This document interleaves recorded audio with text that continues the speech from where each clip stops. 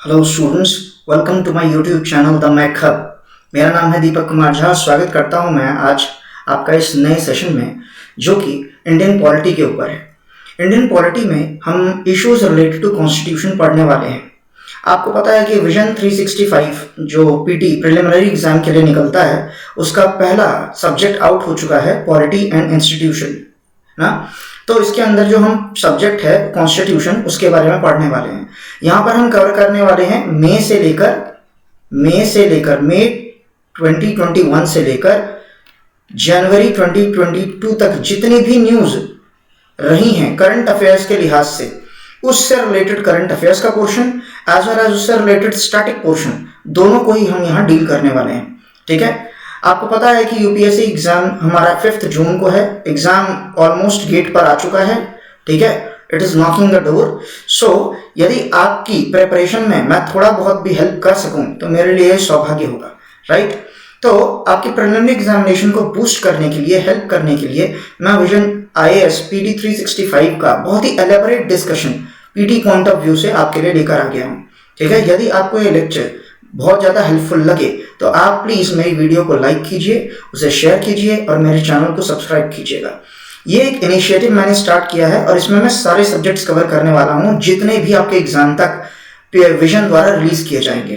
ठीक है, यदि मेरे पास टाइम अवेलेबल रहा, ठीक है, तो मैं आपके लिए टेस्ट्स, जो विजन के टेस्ट्स होते हैं और बाकी कुछ और अच्छे इंस्टीट्यूट जैसे इनसाइट्स आईएएस के भी जो टेस्ट्स हैं, उसको भी डिस्कस करूंगा। वैसे क्वेश्चंस जो समझने के लिए थोड़ा मुश्किल होते हैं, उनको जरूर डिस्कस करूंगा यदि मेरे पास टाइम रहा तो। चलिए स्टार्ट करते हैं आज का सेशन। फर्स्ट न्यूज जो है हमारे सेशन में वो है local reservation in private sector. देखिए दोस्तों, ये जो न्यूज है ये बहुत ज्यादा प्रेवलेंट रही है पिछले कुछ महीनों के अंदर। न्यूज क्या है? न्यूज ये है कि हरियाणा गवर्नमेंट ने अपने लेजिस्लेटिव असेंबली में एक लॉ इंट्रोड्यूस किया था। ये लॉ क्या बोलता है? लॉ बोलता है कि 75% कोटा दिया जाएगा। किसको दिया जाएगा?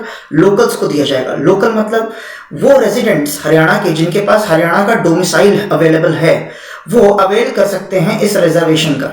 कहां पर अवेल कर सकते हैं? क्या गवर्नमेंट जॉब में ये रिजर्वेशन मिल रही है? जी नहीं, ये रिजर्वेशन उनको प्राइवेट जॉब्स में मिलेगी। इसका मतलब फॉर एग्जांपल मान लीजिए कि मारुति सुजुकी की एक कंपनी है, मान क्या लीजिए है मारुति सुजुकी की कंपनी है। कहां है मारुति सुजुकी की कंपनी? हरियाणा में 2 जगह पे है, एक मानेसर और दूसरा गुड़गांव। तो मानेसर में बहुत बड़ी कंपनी है मारुति की। सपोज मारुति कंपनी में, मैं एग्जांपल ले रहा हूं, सपोज मारुति कंपनी में 100 एम्प्लॉइज एम्प्लॉयड हैं। ठीक है, तो लॉ ये कहता है कि उसमें कम से कम 75 एम्प्लॉइज कहां के होने चाहिए? हरियाणा के डोमिसाइल होने चाहिए, मतलब हरियाणा के रेजिडेंट्स होने चाहिए, कम से कम 75। तो यही है 75% कोटा, किसमें? प्राइवेट कंपनीज के अंदर। तो क्या हुआ, आपको ऐसा नहीं लगता कि प्राइवेट कंपनीज जिसमें रिजर्वेशन अभी तक नहीं चलता, जो प्योरली परफॉर्मेंस बेस्ड पे रिक्रूटमेंट करते हैं, ठीक है, अच्छे कॉलेजेस में जाकर रिक्रूट करते हैं अच्छे इंजीनियर्स को, ठीक है, और प्योरली स्किल बेस्ड पे रिक्रूटमेंट होती है, तो वो लोग कहाँ चले गए?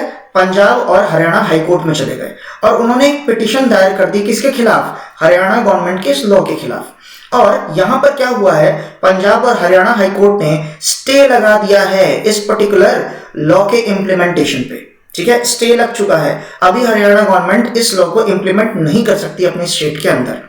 हरियाणा गवर्नमेंट ने इसके लिए फर्दर अपील की है। कहां? हायर कोर्ट में। तो हाई कोर्ट से ऊपर कौन सी कोर्ट होती है? Supreme court. उसमें अपील कर दी गई है। बहुत अच्छे। अब इस न्यूज को थोड़ा एलेबोरेटली डिस्कस करते हैं। हरियाणा ने एक लॉ इंट्रोड्यूस किया। लॉ का नाम था Haryana state employment of local candidates act 2020। और ये लॉ कब से आ गया फोर्स में? कब से शुरू कर दिया गया इंप्लीमेंटेशन इस पे? जनवरी 15, 2022 से। रिमेंबर, याद रखिएगा। ठीक है, क्या हरियाणा ये पहला स्टेट है जो ऐसा कोई काम कर रहा है रिजर्वेशन का? जी नहीं। प्राइवेट सेक्टर में रिजर्वेशन के काम के लिए 4 स्टेट्स अभी तक ऑलरेडी काम कर चुके हैं, महाराष्ट्र, आंध्र प्रदेश, कर्नाटका और मध्य प्रदेश।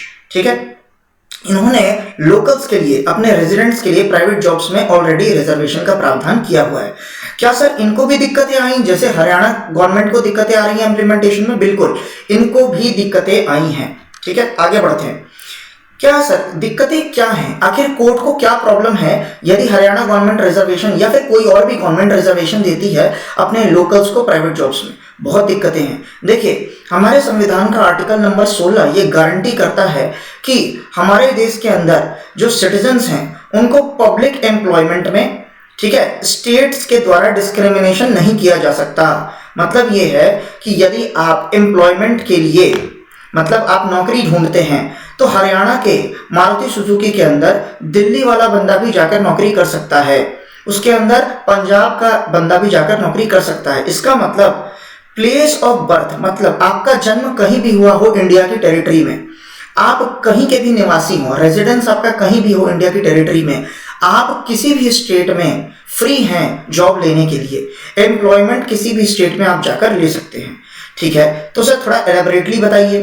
तो देखिए, आर्टिकल नंबर 16 का क्लॉज नंबर 2 ये कहता है कि किसी भी सिटीजन के साथ भेदभाव नहीं हो सकता इन 7 ग्राउंड्स के ऊपर। किन 7 ग्राउंड्स के ऊपर?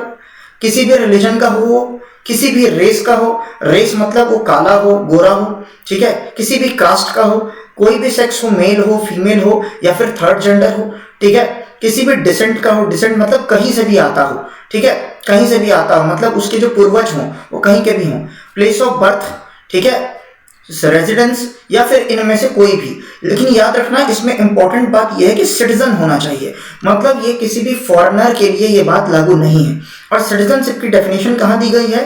Part number 2 of the constitution, article number 5 से लेकर आर्टिकल नंबर 11 तक बताया गया है कि कौन हमारे देश का सिटीजन है। क्लियर? ओके। नाउ आपको कमेंट सेक्शन में मुझे ये बताना है कि सबसे रीसेंट अमेंडमेंट, सिटीजनशिप अमेंडमेंट जो सबसे रीसेंट हुआ है सिटीजनशिप में, वो कौन से साल में हुआ है? राइट, ओके, आगे बढ़ते हैं। तो देखिए, इन सातों केसों में किसी भी सिटीजन के साथ डिस्क्रिमिनेशन नहीं हो सकता। कहाँ? एम्प्लॉयमेंट के केस में। किसमें? एम्प्लॉयमेंट, मतलब नौकरी यदि देनी है किसी भी स्टेट को, तो इन सातों को मद्देनजर रखते हुए वो डिस्क्रिमिनेशन नहीं कर सकती। क्लियर है मेरे दोस्त? इसका मतलब यदि आप ध्यान दें तो प्लेस ऑफ बर्थ और रेजिडेंस भी इसमें एक इंपॉर्टेंट पॉइंट आपको दिख रहा होगा। इसका मतलब मैं कहीं का भी निवासी हूं, मेरा घर कहीं भी हो, किसी भी स्टेट में हो, मैं फ्री हूं किसी और स्टेट में जॉब पाने के लिए। मेरा जन्म स्थान कहीं भी हो, मैं फ्री हूं किसी भी स्टेट में नौकरी पाने के लिए। ठीक है, ओके। इस प्रोविजन का सपोर्ट करने के लिए और भी क्लॉजेस हमारे कॉन्स्टिट्यूशन के अंदर मौजूद हैं जो हमें इक्वालिटी की गारंटी देते हैं, मतलब हम सब बराबर हैं, हम सबको समानता का अधिकार है। ठीक है, इसी संदर्भ में आर्टिकल 16 के क्लॉज 3 में ये एक एक्सेप्शन दे दिया गया है। अब ध्यान दें, यहाँ ये बहुत इंपॉर्टेंट बात है। एक्सेप्शन ये है कि यदि आपको ऐसा लगता है कि रेजिडेंस या फिर प्लेस ऑफ बर्थ के आधार पर रिजर्वेशन देना जरूरी है, तो याद रहे ये रिजर्वेशन स्टेट गवर्नमेंट के हाथ में नहीं है। मतलब स्टेट गवर्नमेंट अपनी लेजिस्लेटिव असेंबली में इस लॉ को नहीं बना सकती। यदि ऐसा कोई लॉ बनाना भी है, बात समझना, यदि ऐसा कोई लॉ बनाना भी है, यदि ऐसा कोई लॉ बनाना भी है, मतलब जरूरी नहीं है बनाना, ये आपका हक नहीं है, तो लोकल्स के राइट्स को ध्यान में रखते हुए पार्लियामेंट इस पर लॉ बना सकती है, किसी पर्टिकुलर स्टेट को मद्देनजर रखते हुए। क्लियर है मेरे दोस्त? तो याद रहे, स्टेट लेजिस्लेचर को कोई अधिकार नहीं है प्लेस ऑफ बर्थ या फिर रेजिडेंस के आधार पर गवर्नमेंट जॉब्स या फिर प्राइवेट जॉब्स में रिजर्वेशन अपने लोकल्स को देना। ये लॉ यदि बनाने की जरूरत पड़ती भी है तो किसको बनाने का अधिकार है? सिर्फ और सिर्फ पार्लियामेंट को। बहुत इंपॉर्टेंट है, याद रखिएगा। आर्टिकल नंबर 16 क्लॉज 3 में यह एक्सेप्शन दिया हुआ है। आगे बढ़ते हैं। सर, क्या जुडिशरी ने कभी ऐसे लॉ को डील किया है? बिल्कुल किया है। मैं आपको 4 ऐसे इंपॉर्टेंट केसेस बताना चाहूंगा जहां पर जुडिशरी ने son of the soil case, याद रखिए जो हम अभी ये पर्टिकुलर करंट अफेयर पढ़ रहे हैं, इसमें इसको son of the soil case भी कहा जाता है। क्यों सन ऑफ द सॉइल? मतलब आपकी जहां की मिट्टी है, मतलब आप हरियाणा में रहते हैं तो हरियाणा की मिट्टी के आप क्या हैं? सपूत हैं, मतलब आप हरियाणा की मिट्टी के बेटे या बेटी हैं। तो आपके लिए जॉब रिजर्व करने का अधिकार स्टेट गवर्नमेंट को नहीं है। लेकिन यदि कभी पार्लियामेंट को ऐसा लगता है कि जरूरत पड़ती है इस चीज की, तो पार्लियामेंट लॉ बना सकता है। ठीक है, पार्लियामेंट के पास यह अधिकार है। आइए वो 4 केस डिस्कस करते हैं। सन 1984 में doctor Pradeep Jain versus union of India के में कोर्ट ने यह बात साफ कहती थी कि यदि आप रेजिडेंस के बिहाफ पर, सिर्फ और सिर्फ रेजिडेंस या प्लेस ऑफ बर्थ के बिहाफ पर यदि आप रिजर्व करते हैं सीटों को, तो वो अनकॉन्स्टिट्यूशनल ठहराया जाएगा, मतलब वो असंवैधानिक होगा। क्लियर? हालांकि केस ये एक्सप्रेसली कोर्ट ने बात रूल नहीं की कि ऐसा होगा ही, क्योंकि यहाँ पर राइट ऑफ इक्वालिटी अलग तरीके से डील करने की बात हुई थी। ठीक है, तो खैर आगे बढ़ते हैं 1995 में। इसका मतलब बस इतना याद रखिए, इस केस में कोर्ट ने कहा था कि वो असंवैधानिक करार दे दिया जाएगा यदि ऐसा कोई लॉ स्टेट गवर्नमेंट बनाती है। सन 1995 में Sunanda Reddy versus state of Andhra Pradesh के केस में कोर्ट ने यह बात साफ कर दी थी कि कोई भी ऐसा लॉ जिसमें स्टेट गवर्नमेंट एक्स्ट्रा वेटेज देना चाहती है, ध्यान रहे, कोई भी स्टेट गवर्नमेंट यदि एक्स्ट्रा वेटेज देना चाहती है, किसको? उसके अपने प्रदेश के वासियों को। मतलब स्टेट गवर्नमेंट ने का ये जो स्टेट ऑफ आंध्र प्रदेश था, इसने क्या किया था, इसने तेलुगु स्पीकिंग पीपल को रिजर्वेशन, एक्स्ट्रा रिजर्वेशन देने की बात की थी। तो कोर्ट ने इसे असंवैधानिक घोषित कर दिया। इस लॉ को कोर्ट ने क्या कर दिया? स्ट्राइक डाउन कर दिया, काट दिया इस लॉ को। ये लॉ वैलिड नहीं होगा। तो याद रहे, कोई भी स्टेट, किसी भी स्टेट के पास यह अधिकार नहीं है कि वो अपने भाषा वाले लोगों को एक्स्ट्रा रिजर्वेशन दे। ठीक है, चलिए आगे बढ़ते हैं। सन 2002 में भी सुप्रीम कोर्ट ने ऐसे ही एक केस को डील किया जिसमें जो राजस्थान के टीचर्स थे उनको एक्स्ट्रा रिजर्वेशन दिया गया। मतलब जो गवर्नमेंट टीचर्स थे राजस्थान के, उसको एक्स्ट्रा रिजर्वेशन दिया गया। कहां पर? डिस्ट्रिक्ट लेवल पर या डिस्ट्रिक्ट के अंदर, कुछ गांवों के अंदर। तो सुप्रीम कोर्ट ने कहा यह असंवैधानिक है। इस लॉ को भी सुप्रीम कोर्ट ने क्या कर दिया? निरस्त कर दिया। सन 2019 मतलब एकदम रिसेंटली इलाहाबाद हाईकोर्ट का वर्डिक्ट आया था जिसमें यूपी ट्रिपल एससी के अंदर जो ओरिजिनल रेजिडेंट्स है ना, कौन? सिर्फ वुमेन की बात हो रही है। यूपी की जो ओरिजिनल रेजिडेंट वुमेन है उनको रिजर्वेशन देने की बात की गई थी यूपी ट्रिपल एससी में। इसको भी इलाहाबाद हाई कोर्ट ने स्ट्रक डाउन कर दिया। इसका मतलब सर मुझे ये बताइए कि हम तो देखते हैं कि रिजर्वेशंस अवेलेबल हैं अलग अलग स्टेट में, और आप बोल रहे हैं कि ये वर्डिक्ट्स जो आए हैं ये तो इसमें कोर्ट ने काट दिया है पर्टिकुलर रिजर्वेशन को। जी बिल्कुल, वो इसलिए क्योंकि रिजर्वेशन जहां जहां भी दिए गए हैं वो पार्लियामेंट द्वारा बनाए गए लॉ के हिसाब से हैं। मैंने अभी आपको थोड़ी देर पहले क्या बताया, स्टेट गवर्नमेंट के पास यह अधिकार नहीं है कि वो प्लेस ऑफ बर्थ या रेजिडेंस के बिहाफ पर रिजर्वेशन दें प्राइवेट जॉब्स में या फिर पब्लिक जॉब्स में। यदि ऐसे किसी लॉ की जरूरत पड़ती है, यदि ऐसी कोई कंडीशन आ भी जाए, तो लॉ बनाने का अधिकार पूर्णतः पार्लियामेंट के पास होगा। क्लियर? ये बात याद रखिएगा। और ये एक्सेप्शन कहां दिया गया है? संविधान के आर्टिकल 16 क्लॉज नंबर 3 में दिया गया है। ओके, तो सर प्रश्न ये उठता है कि कॉन्स्टिट्यूशन प्रोहिबिट क्यों करता है ऐसा रिजर्वेशन जो डोमिसाइल के बिहाफ पर दिया जा रहा है? कॉन्स्टिट्यूशन क्यों मना करता है ऐसा रिजर्वेशन देने के लिए? तो आपको पता है इंडिया एक पूरा का पूरा जो हमारा देश है, इसमें बहुत सारे क्या है? डिविजन्स हैं, बहुत सारे स्टेट्स हैं। तो मेरे को एक बात बताइए, यदि हर स्टेट अपने बिहाफ पर ऐसे लॉ बनाने लग गया तो हमारा इंडिया तो डिवाइड हो जाएगा। यदि हरियाणा ये बोलेगा कि हरियाणा के इंडिविजुअल्स को ही हरियाणा में जॉब मिलेगी, दिल्ली ये बोलेगा कि दिल्ली के इंडिविजुअल्स को ही दिल्ली में जॉब मिलेगी, तो इस तरीके से हमारे देश की एकता और अखंडता को खतरा आ सकता है। हमारे देश में विभाजन की प्रक्रिया शुरू हो सकती है जो हम नहीं चाहते। और आपको पता है अमेरिका और हमारे देश के संविधान में क्या अंतर है कि अमेरिका के अंदर हर स्टेट में अपना सिटीजन दिया जाता है, सिटीजनशिप मिलती है आपको हर स्टेट की, साथ ही साथ आपको पूरे अमेरिका की भी सिटीजनशिप मिलती है। मतलब अमेरिका के अंदर 2 सिटीजनशिप अवेलेबल होती है, एक आप जहां रहते हैं अपने स्टेट की और दूसरा ओवरऑल कंट्री की, अमेरिका की। लेकिन इंडिया में सिर्फ और सिर्फ एक सिटीजनशिप होती है, वो भी पूरे कंट्री की। इसका मतलब आपको आपके स्टेट के से नहीं पहचाना जाता, आपको आपके देश से पहचाना जाता है। क्लियर है? चलिए आगे बढ़ते हैं। अब हम होप आपको ये पूरी की पूरी न्यूज समझ में आ गई होगी और इससे रिलेटेड जो भी क्वेश्चन आपके एग्जाम में आएगा होप आप कर पाए। यदि आपको वीडियो अच्छा लगता है तो प्लीज हमारे वीडियो को लाइक कीजिए, शेयर कीजिए और हमारे चैनल को सब्सक्राइब कीजिए और बेल नोटिफिकेशन को प्रेस करना मत भूलिएगा फर्दर वीडियोस के लिए। ये नया इनिशिएटिव हमने स्टार्ट किया है, यदि आपको अच्छा लगता है तो प्लीज इसे शेयर कीजिएगा। चलिए आगे बढ़ते हैं, सेकेंड न्यूज पर आते हैं। सेकेंड न्यूज ये भी बहुत प्रचलित न्यूज रहा है पिछले साल और इसमें बात की गई है कि किस तरीके से सब कैटेगराइज किया जाए अदर बैकवर्ड क्लासेस को। आपको पता है हमारे देश में ओबीसी को रिजर्वेशन मिली है, ठीक है? कितनी परसेंट रिजर्वेशन है? 27% रिजर्वेशन है। कब दिया गया था ये रिजर्वेशन? ये रिजर्वेशन दिया गया था 1992 में। कब दिया गया था? 1992 में। और आपको पता है उसी साल 1992 में ही Indira Sawhney case famous judgement हुआ था, ठीक है? उसमें ओबीसी रिजर्वेशन की बात की गई थी। इसी को हमें डील करना है। लेकिन मेरे को एक बात बताइए, क्या ओबीसी के अंदर जितनी भी कास्ट आती हैं, क्या उन सभी कास्ट का स्टेटस सेम है आज की डेट में? क्या जरूरी है कि ओबीसी के अंदर कोई यदि लुहार आता है या कोई कुम्हार आता है, तो क्या हर वर्ग का आज की डेट में जो सोशल स्टेटस है, जो एजुकेशनल स्टेटस है, क्या आपको लगता है वो सेम है? नहीं, ऐसा नहीं है।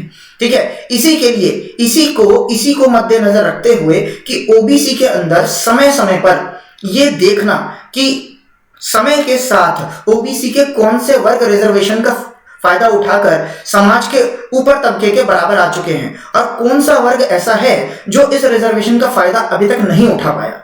तो इसी का वर्गीकरण करने के लिए, इसी में डिवीजन करने के लिए कि इस ओबीसी के अंदर भी ज्यादा बैकवर्ड कौन रह गए और कौन अपलिफ्ट हो चुके हैं, किसकी कंडीशन सुधर चुकी है। जिनकी कंडीशन सुधर चुकी है, क्या उनको आगे रिजर्वेशन कंटिन्यू रखने की जरूरत है?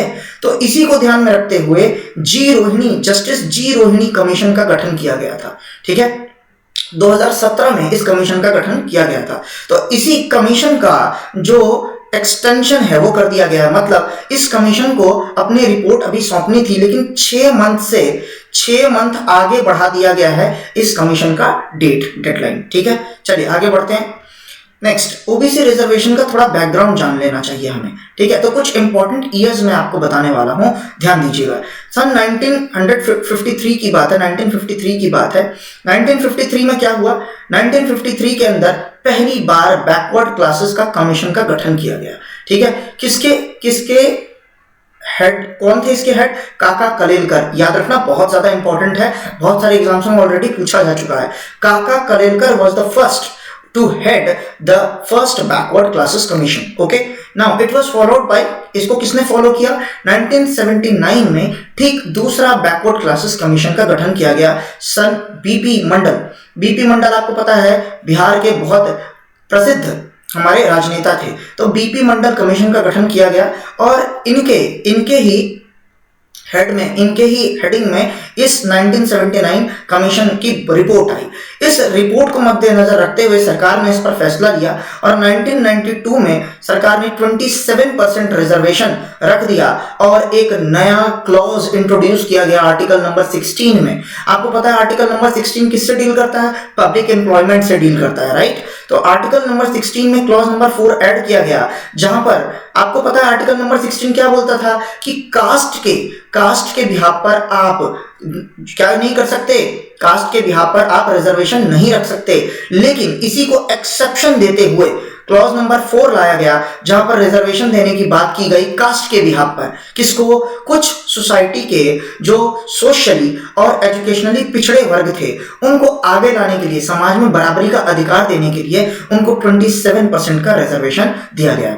ठीक है, और उसी साल इंदिरा साहनी केस जो जजमेंट आया था सुप्रीम कोर्ट ने, उसमें साफ कर दिया कि जो ओबीसी है उसके अंदर एक वर्गीकरण किया जाएगा, क्योंकि ओबीसी में समाज के जितने भी कास्ट आते हैं इसके अंदर हर कास्ट का स्टेटस सेम नहीं है। कुछ कास्ट स्टेटस से, एक नॉर्मल स्टेटस से ऊपर उठ चुके हैं और कुछ कास्ट अभी भी नीचे हैं। तो जो कास्ट नीचे हैं उन्हीं को सिर्फ रिजर्वेशन मिलेगा। लेकिन जो इस लेयर के ऊपर आते हैं, एक अच्छे सोसाइटी में आते हैं, एक अच्छा उनका सोसाइटी में एक पहचान बन चुका है, ठीक है, तो उनको रिजर्वेशन की आवश्यकता नहीं है। ठीक है, तो ये जो एक लेयर डिसाइड किया गया, इसी को बोलते हैं क्रीमी लेयर। आपने देखा होगा जब आपकी बर्तन के अंदर दूध रखा होता है तो ऊपर की ओर मलाई जमा होता है। तो मलाई क्या है? मलाई जो सोसाइटी है हमारी, उसके अच्छे स्ट्राटा को दर्शाता है। मतलब वो लोग जो सोशली बहुत ज्यादा रिसोर्सेज से इक्विप्ड हैं, अच्छे हैं, धनी हैं, ठीक है, जिनके पास रिसोर्सेज की कमी नहीं है, जिनका लाइफस्टाइल बहुत अच्छा है, तो इसको बोलते हैं क्रीम। तो ऐसे ये क्रीमी लेयर बना दिया गया, मतलब एक लेयर जिसके ऊपर क्रीम है। क्रीम मतलब सोसाइटी के अच्छे लोग बसते हैं ओबीसी के अंदर, और इसके नीचे सोसाइटी के वो लोग बसते हैं जिनको अभी तक प्रॉपर रिसोर्सेज अवेलेबल नहीं हुए, जिनको सोसाइटी में बराबर का दर्जा नहीं मिला।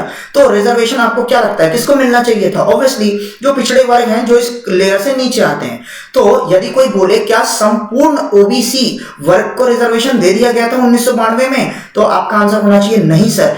कि सुप्रीम कोर्ट ने इंदिरा साहनी केस में ये बात साफ कर दी थी कि ओबीसी में उन्हीं वर्ग के लोगों को, उन्हीं कास्ट के लोगों को रिजर्वेशन का लाभ मिलेगा जो एक पर्टिकुलर लेयर के नीचे आते हैं, और इस लेयर को बोलते हैं क्रीमी लेयर। क्रीमी लेयर से ऊपर जो लोग हैं उनका सोसाइटी में एक अच्छा रुतबा है, उनके पास पैसे की कमी नहीं है, उनका एजुकेशन क्वालिटी अच्छी है, वो सोशली समाज में बहुत अच्छे तबके पर है, बहुत अच्छे पोस्ट पर हैं, ठीक है। और ये लिमिट कितने की रखी गई? 8 लाख रुपए सालाना उनकी इनकम होनी चाहिए। मतलब जिनकी भी इनकम 8 लाख रुपए सालाना से ऊपर है, ठीक है, उनको इस रिजर्वेशन का लाभ नहीं मिलेगा। उन्हीं को ये लाभ मिलेगा जिनकी एनुअल इनकम 8 लाख से कम होगी, ठीक है। तो होप आपको ये बैकग्राउंड समझ में आ गया होगा। आइए देखते हैं उसके बाद से क्या हुआ।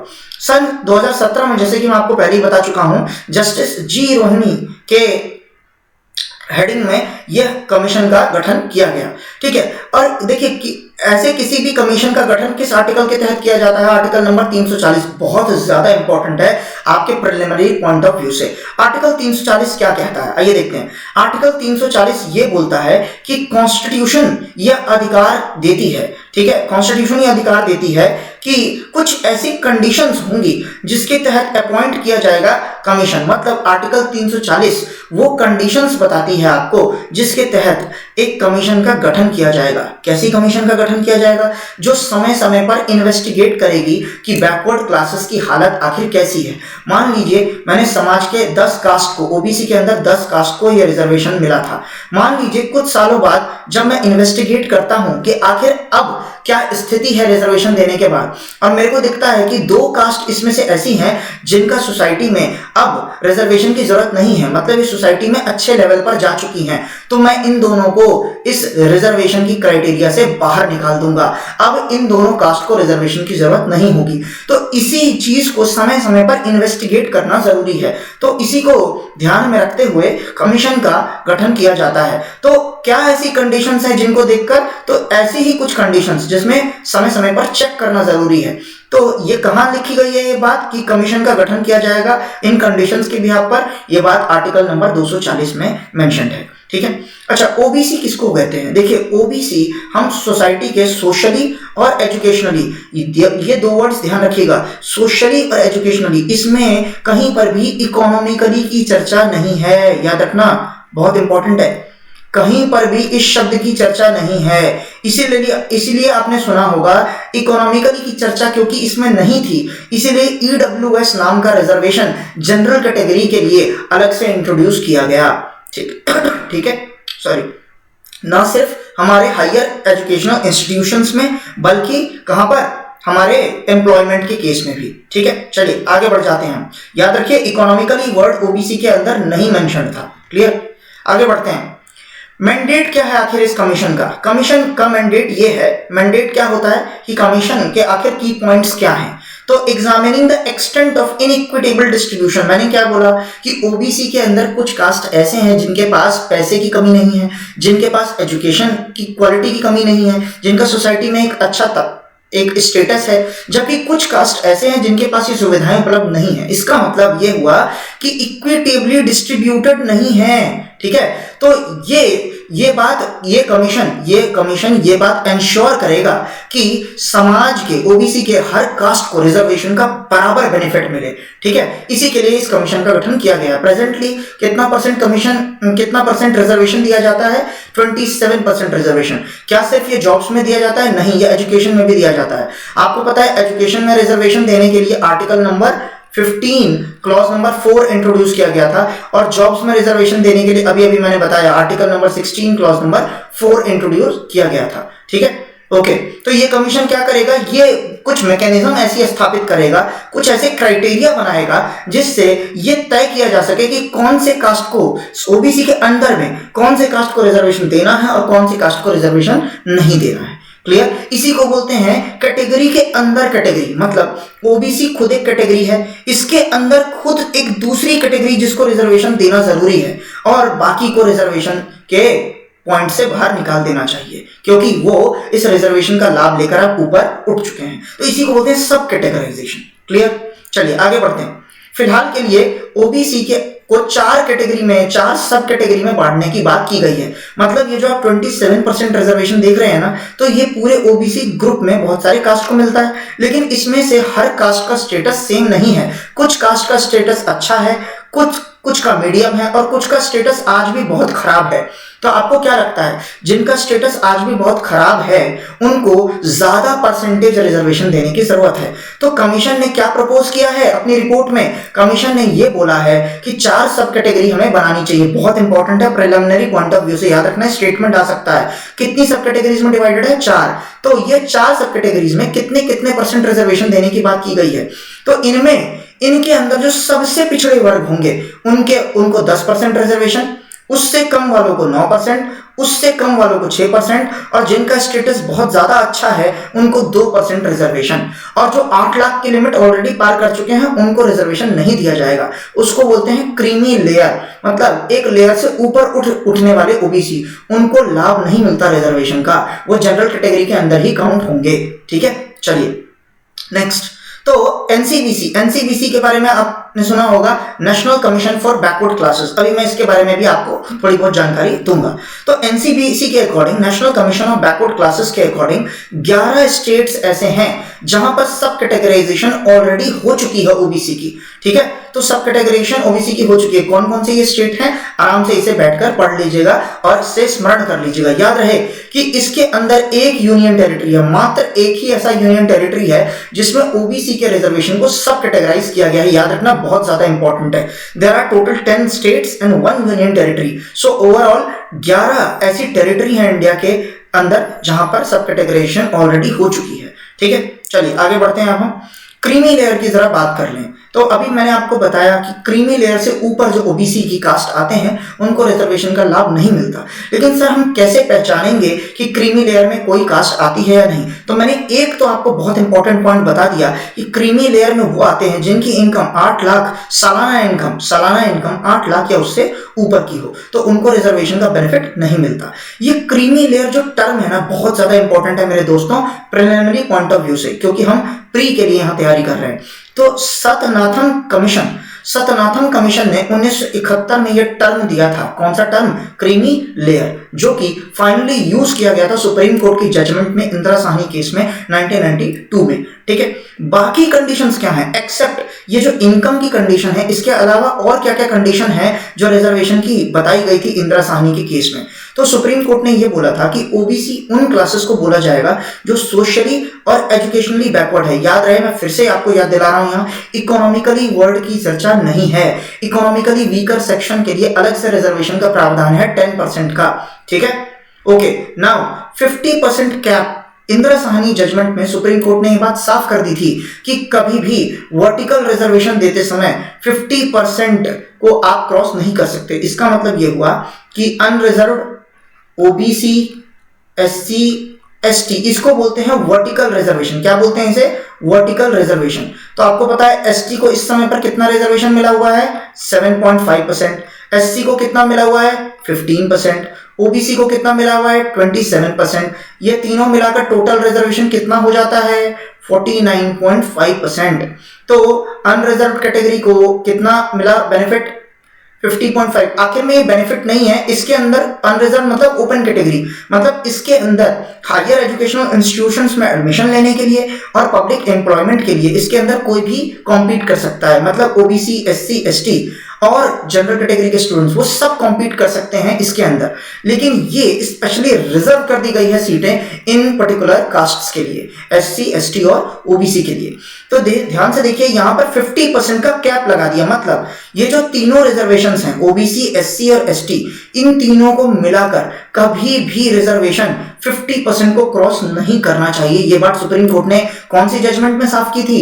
इंदिरा साहनी केस में। कब आया था ये जजमेंट? 1992 में। ठीक है, और एक बात और साफ कर दी थी सुप्रीम कोर्ट ने अपने जजमेंट में कि रिजर्व प्रमोशंस के अंदर, आपको पता है जब आप न्यूली एंटर होते हैं पब्लिक एम्प्लॉयमेंट में, उसमें आपको रिजर्वेशन मिलेगी, लेकिन जब आप हायर पोस्ट पे प्रमोट किए जाएंगे उस केस में रिजर्वेशन पहले नहीं दी जाती थी। हालांकि इंदिरा साहनी केस में यह बात सुप्रीम कोर्ट ने कही थी, लेकिन सुप्रीम कोर्ट ने हाल ही में इसमें प्रमोशंस में रिजर्वेशन देने का अधिकार दे दिया है स्टेट को। यदि स्टेट को ऐसा लगता है कि मान लीजिए कि हायर पोस्ट पे ओबीसी का रिप्रेजेंटेशन अच्छा खासा नहीं है, तो स्टेट गवर्नमेंट एक लॉ के तहत ओबीसी को प्रमोशंस में रिजर्वेशन दे सकती है। यदि इसी तरीके से एससी और एसटी के केस में भी स्टेट गवर्नमेंट को ये लगता है कि एससी और एसटी प्रॉपरली रिप्रेजेंटेड नहीं है हायर पोस्ट पे, तो उनके लिए भी रिजर्वेशन का प्रावधान किया जा सकता है एक स्पेशल लॉ का गठन करके। क्लियर है ये बात? चलिए आगे बढ़ते हैं। Next, national commission of backward classes. जैसा कि मैंने आपको वादा किया था, इसके बारे में कुछ इंपॉर्टेंट पॉइंट्स मैं आपको बताने वाला हूं। आइए देखते हैं एनसीबीसी क्या है। तो एनसीबीसी पहले एक कॉन्स्टिट्यूशनल बॉडी नहीं थी, लेकिन आज की डेट में ये कॉन्स्टिट्यूशनल बॉडी है।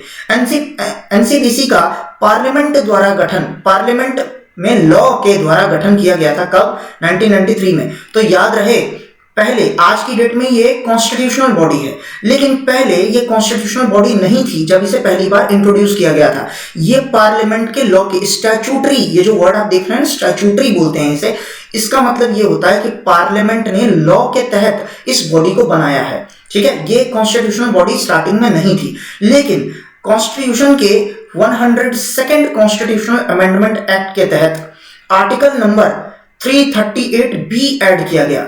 आर्टिकल नंबर 338 के अंदर क्लॉज नंबर बी को ऐड किया गया, जिसके तहत इसको कॉन्स्टिट्यूशनल स्टेटस मिल गया। ठीक है, तो याद रखना ये बहुत ज्यादा इंपॉर्टेंट है। ठीक है, अच्छा, की फंक्शंस क्या हैं, एनसीबीसी के क्या क्या फंक्शंस हैं? तो देखो, यदि कोई भी समस्या होती है ओबीसी को, मतलब कैसी समस्या सर? देखिए, यदि उनको ओबीसी कैटेगरी के किसी भी कास्ट को ऐसा लगता है कि उनको रिजर्वेशंस का लाभ नहीं मिल रहा है, उनको इकोनॉमिक प्रॉब्लम है ना, उनको हिंसा फेस करनी पड़ रही है दूसरों से, तो फिर वो ले जा सकते हैं और कंप्लेन कर सकते हैं, अपनी रिपोर्ट दायर कर सकते हैं। कहाँ? इस कमीशन के पास, और कमीशन स्वतः संज्ञान लेगी, मतलब कमीशन तुरंत एक्शन लेगी। ठीक है, चलिए नेक्स्ट, और क्या है इस कमीशन के काम? इस कमीशन का काम यह है कि जो भी कंप्लेंट लेकर आई गई है, अभी मैंने पहले पॉइंट में क्या बताया, कंप्लेंट कर सकते हैं ओबीसी के कास्ट, यदि उनको ऐसा लगता है कि उनके रिजर्वेशंस का लाभ नहीं मिल रहा, उनको इकोनॉमिक प्रॉब्लम्स हैं, उनके प्रति हिंसा की जा रही है। ठीक है, तो कंप्लेंट कर सकते हैं, और इस कंप्लेंट की इंक्वायरी की जाएगी इसी कमीशन के द्वारा, जब भी उन्हें उनके राइट्स से वंचित रखा जाए। मतलब ओबीसी को जब भी उनके राइट्स प्रॉपर ना मिले तो वो कंप्लेंट कर सकते हैं, और इस कंप्लेंट की इंक्वायरी भी एनसीबीसी ही करेगा। होप आपको एनसीबीसी समझ में आ गया होगा। कुछ इंपॉर्टेंट पॉइंट्स मैंने आपको बता दिए। पहले ये स्टैट्यूटरी बॉडी था, बाद में ये कॉन्स्टिट्यूशनल बॉडी बना 102 कॉन्स्टिट्यूशनल अमेंडमेंट एक्ट से, जो कि कौन से आर्टिकल को इंट्रोड्यूस किया? जिसने आर्टिकल नंबर 338 बी। ठीक है, ओके, नेक्स्ट, ये जो डेवलपमेंट हुआ है आर्टिकल, ये जो मैंने बोला आपको कॉन्स्टिट्यूशनल अमेंडमेंट एक्ट 102 नंबर आया, तो इसके तहत क्या क्या डेवलपमेंट हुई, इस एक्ट के आने से आखिर क्या क्या हुआ? तो देखिए, article number 102 sorry amendment number 102 जो है हमारे कॉन्स्टिट्यूशन का, इसके तहत आर्टिकल नंबर 338 बी ऐड हुआ, और आर्टिकल नंबर 342 ए भी ऐड हुआ। ये बहुत ज्यादा इंपॉर्टेंट है। कुछ लोगों को आर्टिकल 338 बी तो याद रह जाता है, लेकिन आर्टिकल 342 क्लॉज ए भूल जाते हैं। तो मैं दोनों आपको बता देता हूं कि दोनों में क्या है। आर्टिकल नंबर 338 बी ये कहता है कि जो स्ट्रक्चर होगा इस कमीशन का, स्ट्रक्चर मतलब इस कमीशन में मेंबर्स कैसे कैसे होंगे, उसे बोलते हैं प्रॉपर स्ट्रक्चर। हेड कौन होगा, मेंबर्स कौन होंगे, कौन इसको रेगुलेट करेगा, किस मिनिस्ट्री को ये रिपोर्ट करेगी, इस तरीके से इसकी ड्यूटीज बताई गई हैं कि क्या क्या ड्यूटीज होंगी मेंबर्स की, कमीशन की ओवरऑल ड्यूटी क्या होगी, और कमीशन को क्या क्या पावर दिए गए हैं। ठीक है, तो ये कौन बताता है? आर्टिकल नंबर 338 बी स्ट्रक्चर बताएगा, कमीशन का स्ट्रक्चर क्या होगा, कमीशन के काम क्या होंगे, और कमीशन के पास क्या क्या कार्य शक्ति है, पावर्स क्या क्या हैं। ठीक है, आर्टिकल नंबर 342 ए, इसमें 2 क्लॉजेस हैं। तो ये क्या बोलता है कि प्रेसिडेंट को ये पावर मिलती है कि वो नोटिफाई कर सकता है। देखिए, बहुत ज्यादा इंपॉर्टेंट है, सुप्रीम कोर्ट का हाल ही में इस पे वर्डिक्ट भी आया है। ठीक है, तो नोटिफाई कर सकते हैं किसी एक पर्टिकुलर क्लास को कि वो socially and educationally backward class है, मतलब ओबीसी है। तो ये अधिकार कि किसी एक पर्टिकुलर कास्ट को या क्लास को ओबीसी की कैटेगरी में रखना है, ये अधिकार किसके पास है? प्रेसिडेंट के पास। कौन से आर्टिकल के तहत मिला हुआ है ये अधिकार? आर्टिकल नंबर 342 ए के तहत ये अधिकार मिला हुआ है। ठीक है, ठीक है, और पावर मिलता है किसको? पार्लियामेंट को, कि वो सेंट्रल SEBC लिस्ट जो है उसमें कोई चेंजेस कर सकते हैं। तो याद रहे, पहली बार यदि किसी कास्ट को ओबीसी लिस्ट में डालना है तो वो पावर किसके पास है? प्रेसिडेंट के पास, पहली बार यदि डालना है। लेकिन उस लिस्ट में यदि चेंजेस करने हैं, कौन सी लिस्ट में? सेंट्रल ओबीसी लिस्ट में यदि कोई चेंज करना है तो वो अधिकार किसको मिला है? वो अधिकार पार्लियामेंट को मिला है। क्लियर? अब देखिए, रिसेंटली मैंने आपको अभी क्या बताया, रिसेंटली क्या हुआ है, ministry of social justice and empowerment ने एक अमेंडमेंट फ्रेम किया है आर्टिकल 342A में। क्यों किया है? क्योंकि सुप्रीम कोर्ट ने इस पे अपना एक वर्डिक्ट दिया था कि यहाँ पर कुछ प्रॉब्लम है, इसे सही कीजिए। तो ministry of social justice and empowerment, ये मिनिस्ट्री याद रखिएगा, बहुत ज्यादा इंपॉर्टेंट है यहाँ पर आपके preliminary exam point of view से। तो आर्टिकल 342A के अंदर 127th अमेंडमेंट बिल इंट्रोड्यूस किया गया है ministry of social justice and empowerment द्वारा। ठीक है, इसके अंदर एक तीसरा क्लॉज लेकर आया गया है। तीसरा क्लॉज क्या कहता है? थर्ड क्लॉज ये कहता है, देखिए पहले क्लॉज में बात किसकी पावर की थी? प्रेसिडेंट के। दूसरे क्लॉज में किसके पावर की बात थी? पार्लियामेंट के। तीसरे क्लॉज को इंट्रोड्यूस किया गया, इसमें क्या बोलता है कि स्टेट्स को पावर दोबारा लौटा दी गई है कि वो आइडेंटिफाई कर सकते हैं उन ओबीसी के कास्ट को जिनको इंक्लूड किया जाना चाहिए रेस्पेक्टिव स्टेट लिस्ट में। ठीक है, तो याद रहे, अभी पहले क्लॉज में हमने क्या बोला कि प्रेसिडेंट के पास पावर है कि वो किसी भी क्लास को ओबीसी लिस्ट में डाल सकता है। लेकिन याद रहे, यहां पर ये स्पेसिफाई नहीं किया गया था कि सेंट्रल लिस्ट में प्रेसिडेंट के पास ये पावर है नोटिफाई करने की या स्टेट लिस्ट में। क्लियर है? तो प्रेसिडेंट को स्वतः यहां पर पावर मिल गई कि वो स्टेट लिस्ट में भी नोटिफाई कर सकते हैं किसी कास्ट को। तो इसी पावर को छीन लिया गया है प्रेसिडेंट से। तो थर्ड क्लॉज जो इंट्रोड्यूस किया गया है, सुप्रीम कोर्ट के दबाव में से इंट्रोड्यूस किया गया और प्रेसिडेंट से ये पावर छीन ली गई कि वो स्टेट के ओबीसी लिस्ट में किसी कास्ट को नोटिफाई कर सकते हैं या नहीं। तो अब सिर्फ प्रेसिडेंट के पास कौन सी पावर है? सेंट्रल लिस्ट में नोटिफाई करने की। स्टेट लिस्ट में यदि किसी नए कास्ट को ओबीसी लिस्ट में डालना है तो यह अधिकार सिर्फ और सिर्फ स्टेट की लेजिस्लेटिव असेंबली के पास है। याद रखिएगा, बहुत ज्यादा इंपॉर्टेंट पॉइंट है, मैंने आपको डिटेल में ये बात एक्सप्लेन कर दी है।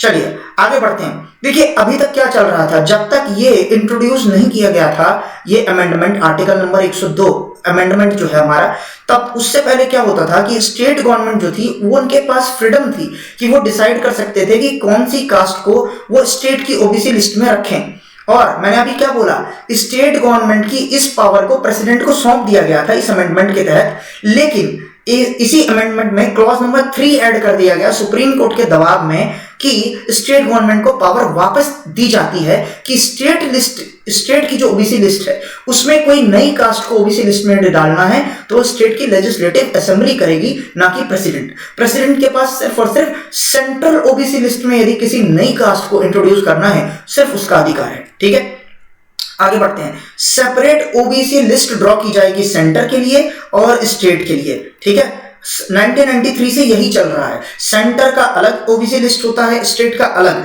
तो प्रेसिडेंट को ये पावर देना कि दोनों लिस्ट में आप नोटिफाई करें, ये एक तरीके से गलत भी था। तो बहुत सारे स्टेट्स ने इसका विरोध किया था, पिटीशन दायर की थी सुप्रीम कोर्ट ने। सुप्रीम कोर्ट ने इस बात का संज्ञान लेते हुए ये ऑर्डर दिया गवर्नमेंट को कि प्रेसिडेंट के पास ये अधिकार नहीं होना चाहिए कि वो स्टेट गवर्नमेंट की ओबीसी लिस्ट में किसी नए कास्ट को ओबीसी के फॉर्म में इंट्रोड्यूस करे। क्लियर? याद रखिए। अब देखिए आर्टिकल नंबर 15 क्लॉज नंबर 4, मैंने अभी आपको बोला 15 क्लॉज नंबर 4 में ओबीसी को आरक्षण देने की बात की गई है, किसमें? आपके हायर एजुकेशनल इंस्टीट्यूट्स में एडमिशन के लिए। Article number 15 clause number 5, 15 clause number 5 में किसकी बात की गई है? यही जो मैंने आपको बताया इस समय पर कि ठीक है, रिजर्वेशन को सब कैटेगराइज किया जाएगा। ठीक है, next article number 16 clause number 4, यहां पर मैंने क्या बताया? पब्लिक एम्प्लॉयमेंट की बात बताई। ये सारा पावर किसको दे दिया गया है? स्टेट को दे दिया गया है कि स्टेट ये आइडेंटिफाई करेगी और वही डिक्लेयर करेगी कि किसको रखना है हमें ओबीसी लिस्ट के अंदर और किस कास्ट को नहीं रखना। क्लियर? नेक्स्ट, सुप्रीम कोर्ट ने हालांकि अपने रूलिंग में मराठा रिजर्वेशन की जो बात की गई थी, आपको पता है महाराष्ट्र में 5% मराठास को, जो मराठास हैं उनको 5% रिजर्वेशन देने की बात की गई थी स्टेट गवर्नमेंट द्वारा। तो सुप्रीम कोर्ट ने मराठा रिजर्वेशन के केस में क्या कर दिया? स्टेट गवर्नमेंट की इस लॉ को पारित नहीं होने दिया। और इस केस में सुप्रीम कोर्ट ने क्या कहा कि सिर्फ और सिर्फ प्रेसिडेंट को यह अधिकार है कि किसी भी कम्युनिटी को ओबीसी में रखा जाए। ठीक है, और वो भी किसके रिकमेंडेशन पर? National commission for backward classes. Clear? तो प्रेसिडेंट को बोला कि प्रेसिडेंट को यह अधिकार है कि वो ओबीसी लिस्ट में वो मराठा को रिजर्वेशन देती है या नहीं, और वो भी मराठा रिजर्वेशन देना है या नहीं, ये प्रेसिडेंट पहले पूछेंगे। किससे? National commission for backward classes. तो आप देख सकते हैं कि एनसीबीसी के पास कितनी असीम पावर है। एनसीबीसी के बगैर प्रेसिडेंट को यह अधिकार नहीं है कि वो ओबीसी लिस्ट में किसी मराठा रिजर्वेशन जैसे कास्ट को रखें। क्लियर? एडिशनली सुप्रीम कोर्ट ने यह बात भी साफ कर दी इस रूलिंग के दौरान कि फ्यूचर में सिंगल लिस्ट फ्यूचर में सिंगल लिस्ट ओबीसी की होगी या नहीं, वो प्रेसिडेंट इशू करेंगे। ठीक है? किसके रिकमेंडेशन पे? लेकिन एनसीबीसी के रिकमेंडेशन पे। ठीक है? तो एक सिंगल लिस्ट होगी ओबीसी की, जिसमें स्टेट और सेंटर दोनों की लिस्ट एक साथ सम्मिलित की जाएगी, और किसी कास्ट को उसमें रखना है या नहीं वो एनसीबीसी के रिकमेंडेशन पे होगा। ये पहले बोला था सुप्रीम कोर्ट ने, ये बात याद रखिएगा। लेकिन अब गवर्नमेंट ने इसमें अमेंडमेंट कर दिया है और प्रेसिडेंट के पास सेंटर वाले की पावर दे दी गई है, और स्टेट की लेजिस्लेटिव असेंबली के पास, बोले तो स्टेट गवर्नमेंट के पास पावर मिल गई है स्टेट लिस्ट के अंदर। ठीक है? चलिए आगे बढ़ते हैं। इससे रिलेटेड जो रिजर्वेशन है, इससे रिलेटेड कुछ न्यूज देख लेते हैं। तो ओबीसी और इकोनॉमिकली वीकर सेक्शन, जो मैंने आपको बोला था ईडब्ल्यूएस, इनको ऑल इंडिया कोटा किसमें? मेडिकल कोर्सेज में। ये बहुत ज्यादा न्यूज में आपको शायद आइडिया नहीं होगा, बहुत ज्यादा न्यूज में रहा है कोविड के अंदर कि मेडिकल कोर्सेज में तो ये ईडब्ल्यूएस और ओबीसी का रिजर्वेशन वैलिड है या नहीं। आइए देखते हैं। ऑल इंडिया कोटा की बात हो रही है, इंपॉर्टेंट है याद रखना, स्टेट की बात नहीं हो रही। ऑल इंडिया कोटा जैसे नीट का एग्जाम है ना, उसके तहत, और जैसे आपने देखा होगा एमबीबीएस जब कोई डॉक्टर कर लेता है तो वो अपनी हायर डिग्री के लिए एमडी करने जाता है, तो एमडी के अंदर क्या ओबीसी और ईडब्ल्यूएस रिजर्वेशन वैलिड होगा या नहीं, उसी को ध्यान में रखना है, क्योंकि अभी तक वैलिड नहीं है ये रिजर्वेशन। ठीक है? तो देखिए, यूनियन हेल्थ मिनिस्ट्री, ठीक है, मेडिकल कोर्सेज की क्योंकि बात हो रही है तो यूनियन हेल्थ मिनिस्ट्री पिक्चर में आ जाता है। यूनियन हेल्थ मिनिस्ट्री ने यह बात साफ कर दी है कि 27% रिजर्वेशन ओबीसी को और 10% कोटा ईडब्ल्यूएस को मिलेगा। किसमें? ऑल इंडिया कोटा के तहत। किसके तहत? ऑल इंडिया कोटा के तहत। किसमें? यूजी के कोर्सेज में भी और पीजी के कोर्सेज में भी। ठीक है? जो कि स्टेट द्वारा मेडिकल और डेंटल कॉलेज चलाए जाते हैं उसके अंदर। मतलब यदि किसी स्टेट के द्वारा भी मेडिकल या डेंटल कॉलेज चलाए जाते हैं तो उसके अंदर भी ऑल इंडिया कोटा के तहत ओबीसी और ईडब्ल्यूएस को अपने अपने रिस्पेक्टिव रिजर्वेशंस के बेनिफिट मिलेंगे। ठीक है? अच्छा, ऑल इंडिया कोटा का जो रिजर्वेशन है स्टेट गवर्नमेंट में, वो कब इंट्रोड्यूस किया गया था? 1986 में। बहुत इंपॉर्टेंट है, याद रखिए। मतलब डोमिसाइल फ्री, मतलब यदि मान लीजिए मैं दिल्ली में हूं, ठीक है, और मेरे को तमिलनाडु के किसी कॉलेज में, मेडिकल कॉलेज में एडमिशन लेना है, तो भले ही मैं तमिलनाडु का डोमिसाइल कैरी नहीं करता हूं, मैं तमिलनाडु का रेजिडेंट नहीं हूं, उसके बावजूद ऑल इंडिया कोटा के अंदर मुझे ईडब्ल्यूएस या फिर ओबीसी का बेनिफिट मिल सकता है यदि मेरे पास सर्टिफिकेट अवेलेबल है। ठीक है? चलिए, तो अब आगे बढ़ते हैं। It comprises 15% of UG seats. याद रहे कि ऑल इंडिया कोटा जो मिलेगा वो टोटल अंडर ग्रेजुएट की सीट्स का 15% में मिलेगा। मतलब यदि 100 सीट्स हैं तमिलनाडु में, तो तमिलनाडु के 100 सीट में से ऑल इंडिया कोटा सिर्फ 15 सीट्स पे वैलिड है। मतलब जो कोटा मिलेगा ना ऑल इंडिया का 27% और 10%, वो सिर्फ मिलेगा टोटल 100% सीट्स के 15% पे, क्योंकि जो ऑल इंडिया कोटा है वो टोटल जो स्टेट के पास सीट होगी मेडिकल कॉलेज में उसके सिर्फ 15% सीट्स पे ही ऑल इंडिया कोटा लगेगा। इसका मतलब मान लीजिए 100 सीट्स हैं, उसमें से ऑल इंडिया कोटा में कितनी सीट्स आई? 15 सीट। इस 15 सीट का 10% कितना हुआ? इस 15 सीट्स का 10% कितना हुआ माय डियर? 10%। इसका 10% हुआ 15 सीट्स। कितनी सीट्स? 15 सीट्स। सॉरी 1.5 बोले तो मैं मान लेता हूं ऑलमोस्ट 2 सीट्स। कितनी सीट्स? 2 सीट्स। इसका मतलब ईडब्ल्यूएस को रिजर्वेशन सिर्फ 2 सीटों पे मिलेगा। क्लियर हुई है बात? इसका मतलब स्टेट रन मेडिकल कॉलेजेस जो होंगे उसमें all India Kota under graduate के लिए 15% है। इस 15% पे फिर कोटा लगेगा आपका ऑल इंडिया के अंदर। ठीक है? और पीजी के अंदर ऑल इंडिया कोटा कितना होता है स्टेट रन गवर्नमेंट कॉलेजेस में? 50%। इसका मतलब तमिलनाडु के गवर्नमेंट कॉलेज में यदि 100 सीट्स हैं तो उसमें से 50 सीट्स पर रिजर्वेशन मिलेगा ऑल इंडिया कोटा के तहत। ठीक है? इस 50 सीट्स में 10% कितनी हुई? 10% ईडब्ल्यूएस, मतलब कितनी सीट्स मिली? 5 सीट्स मिलेंगी। किसको? ईडब्ल्यूएस को ऑल इंडिया कोटा के तहत। याद रखना, बहुत ज्यादा इंपॉर्टेंट बात बता रहा हूं। बहुत लोग कंफ्यूज हो जाते हैं कि टोटल सीट्स पे शायद मिलती है। नहीं, टोटल सीट्स के इतने परसेंट पे तो पहले ऑल इंडिया कोटा लगेगा, फिर इस ऑल इंडिया कोटा पर रिजर्वेशन लगेगा। ठीक है? याद रखना, बहुत ज्यादा इंपॉर्टेंट है। ठीक है? नेक्स्ट, इससे पहले रिजर्वेशन नहीं दिया जाता था ऑल इंडिया कोटा के तहत 2007 तक। याद रखना, ये बात बहुत इंपॉर्टेंट है। 2007 के बाद कोटा देना शुरू हुआ है। तो याद रखना, ऑल इंडिया कोटा दिया जाता था 1986 से कोटा शुरू हुआ था। लेकिन इस कोटा के अंदर कोटा दिया जाता था मतलब 100 में से 50 सीट बाकी स्टेट के बच्चों को भी यहां पर दिया जाएगा। लेकिन वो सब बच्चे किसमें काउंट होंगे? जनरल कैटेगरी में। किसमें काउंट होंगे? जनरल कैटेगरी में। लेकिन 2007 के बाद क्या हुआ, इन 50 सीट्स के अंदर भी बाहर वाले स्टेट के बच्चों को रिजर्वेशन का लाभ मिलना शुरू हो गया। क्लियर है? तो पहले हरियाणा का कोई बच्चा यदि तमिलनाडु में अप्लाई करता तो इन 50 सीटों में हरियाणा को ओबीसी भी जनरल काउंट होता, हरियाणा का जनरल भी जनरल काउंट होता। ठीक है, लेकिन अब क्या हुआ, इस 50 सीटों के अंदर हरियाणा के ओबीसी बंदे को यहां ओबीसी का लाभ मिलेगा। ठीक है, लेकिन हरियाणा के जनरल बंदे को जनरल का ही यहां पर देखना पड़ेगा सीट। ठीक है, चलिए, तो 2007 के बाद से एससी का रिजर्वेशन ऑल इंडिया सीट्स का 15% और एसटीज का 7.5%। ये वही रिजर्वेशन है जो पूरे इंडिया में सेंट्रल लेवल पे चलता है। याद रखना, बहुत इंपॉर्टेंट है। 2007 के बाद ऑल इंडिया कोटा में रिजर्वेशन का प्रावधान किया गया। ठीक है, जबकि ऑल इंडिया कोटा कब से चल रहा है? 1986 से। ठीक है, चलिए आगे बढ़ते हैं। आर्टिकल 15 के अंदर डिस्कस कर लेते हैं और स्पेशल प्रोविजंस एजुकेशन। मैंने आपको क्या बताया, आर्टिकल 15 किससे डील करता है? आर्टिकल 15 डील करता है हायर एजुकेशनल इंस्टीट्यूशंस में कोई भी भेदभाव नहीं होगा। ठीक है, किसके बिहाफ पर? सेक्स के बिहाफ पर, कास्ट के बिहाफ पर, रेस के बिहाफ पर, इन बिहाफ पर। ठीक है, और इसके अंदर इंट्रोड्यूस किया गया, क्योंकि अब रिजर्वेशन देना है तो आपको हटके थोड़ा काम करना पड़ेगा, तो नया अमेंडमेंट लाना पड़ेगा। तो अमेंडमेंट के तहत आर्टिकल नंबर 15 क्लॉज नंबर 5 आया।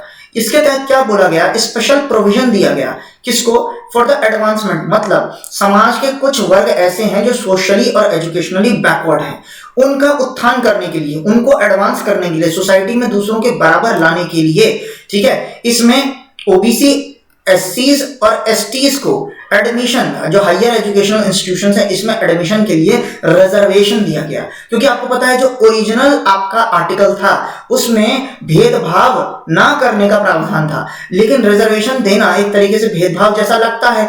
इसके लिए आपको अलग से एक लॉ लाना पड़ा और उस लॉ के तहत अमेंड करना पड़ा इस आर्टिकल को, और अमेंडमेंट के लिए एक नया क्लॉज इंट्रोड्यूस किया गया, क्लॉज नंबर 5 आर्टिकल नंबर 15 में। ठीक है, अब देखिए, ये जो प्रोविजन दिया गया इसी के तहत रिजर्वेशन दे दिया गया 27%।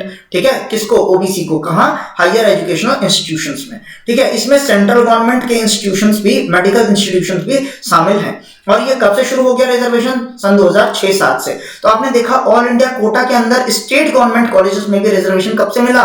2007 के बाद से। जबकि ऑल इंडिया कोटा का प्रावधान कब से था? 1986 से। ठीक है, लेकिन इसके अंदर उस समय पर याद रखना, जब 2006-7 में ये लॉ लाया गया था आर्टिकल 15 क्लॉज नंबर 5 के तहत, तो इसमें जो स्टेट गवर्नमेंट के, ध्यान देखना, स्टेट गवर्नमेंट के जो मेडिकल और डेंटल कोर्सेज थे ना, उसमें ओबीसी के लिए रिजर्वेशन का प्रावधान नहीं था। ऑल इंडिया कोटा की सीट्स में सब जनरल में काउंट होते थे, बाहर के स्टेट्स वाले बच्चे। ठीक है, ऑल इंडिया कोटा में सब जनरल में काउंट होते थे। लेकिन 2007 के बाद क्या हुआ? उसमें रिजर्वेशन इंट्रोड्यूस कर दिया गया। अब देखो 2019 में क्या होता है, 103rd कॉन्स्टिट्यूशनल अमेंडमेंट एक्ट आता है, जिसमें ओबीसी का तो देखो 2007 के बाद आ गया, लेकिन ईडब्ल्यूएस तो 2019 में आया है। 2019 में जो 103rd कॉन्स्टिट्यूशनल अमेंडमेंट एक्ट था, जिसके अंदर ईडब्ल्यूएस को 10% रिजर्वेशन देने की बात की गई थी।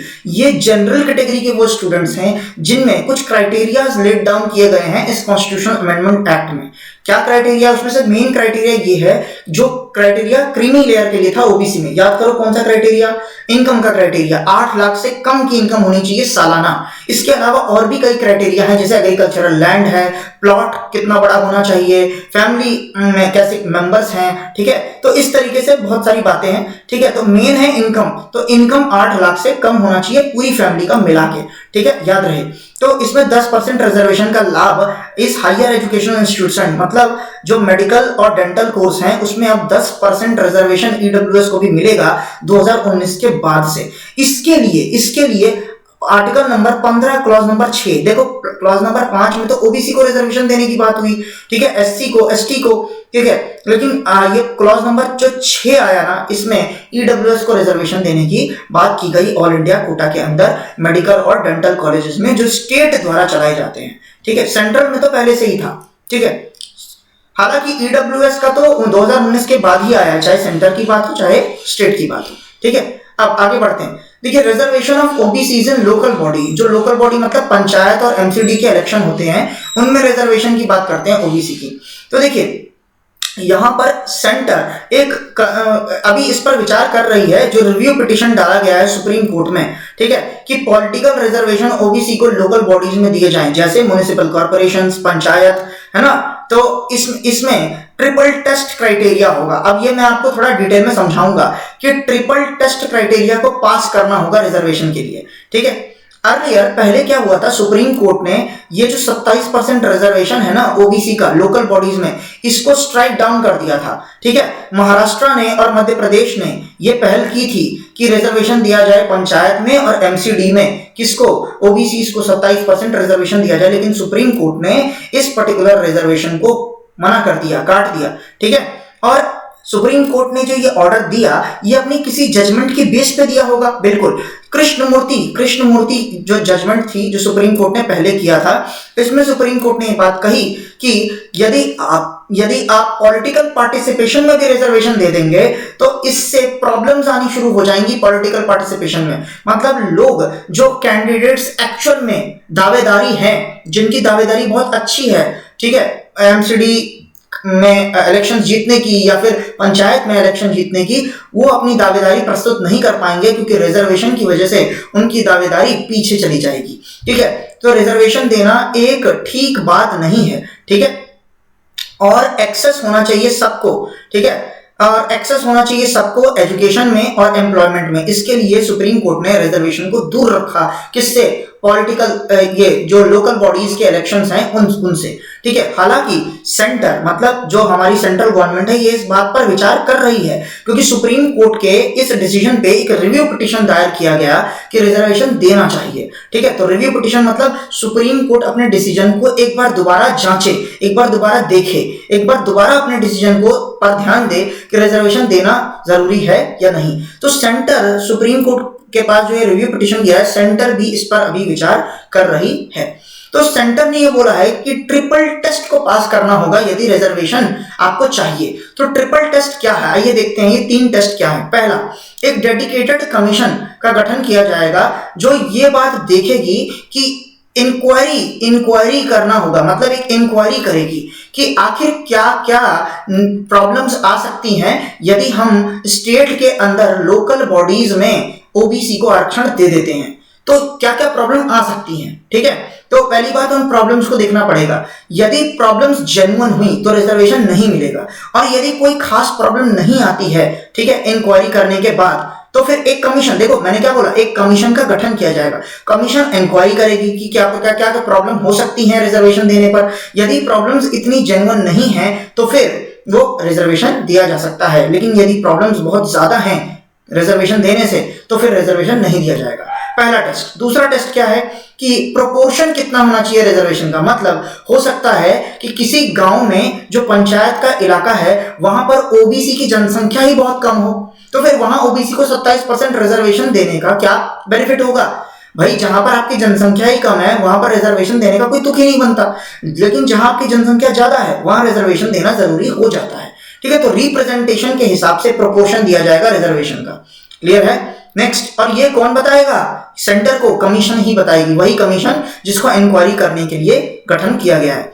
और तीसरा टेस्ट ये है कि रिजर्वेशन जो सुप्रीम कोर्ट ने बोला है 50% का कैप, ये क्रॉस नहीं होना चाहिए इन तीनों को मिलाकर। मतलब एससी, एसटी और ओबीसी, इन तीनों का रिजर्वेशन मिलाकर किसी भी कंडीशन में 50% जो इंदिरा साहनी केस में सुप्रीम कोर्ट ने बोला था वो क्रॉस नहीं होना चाहिए। क्लियर है।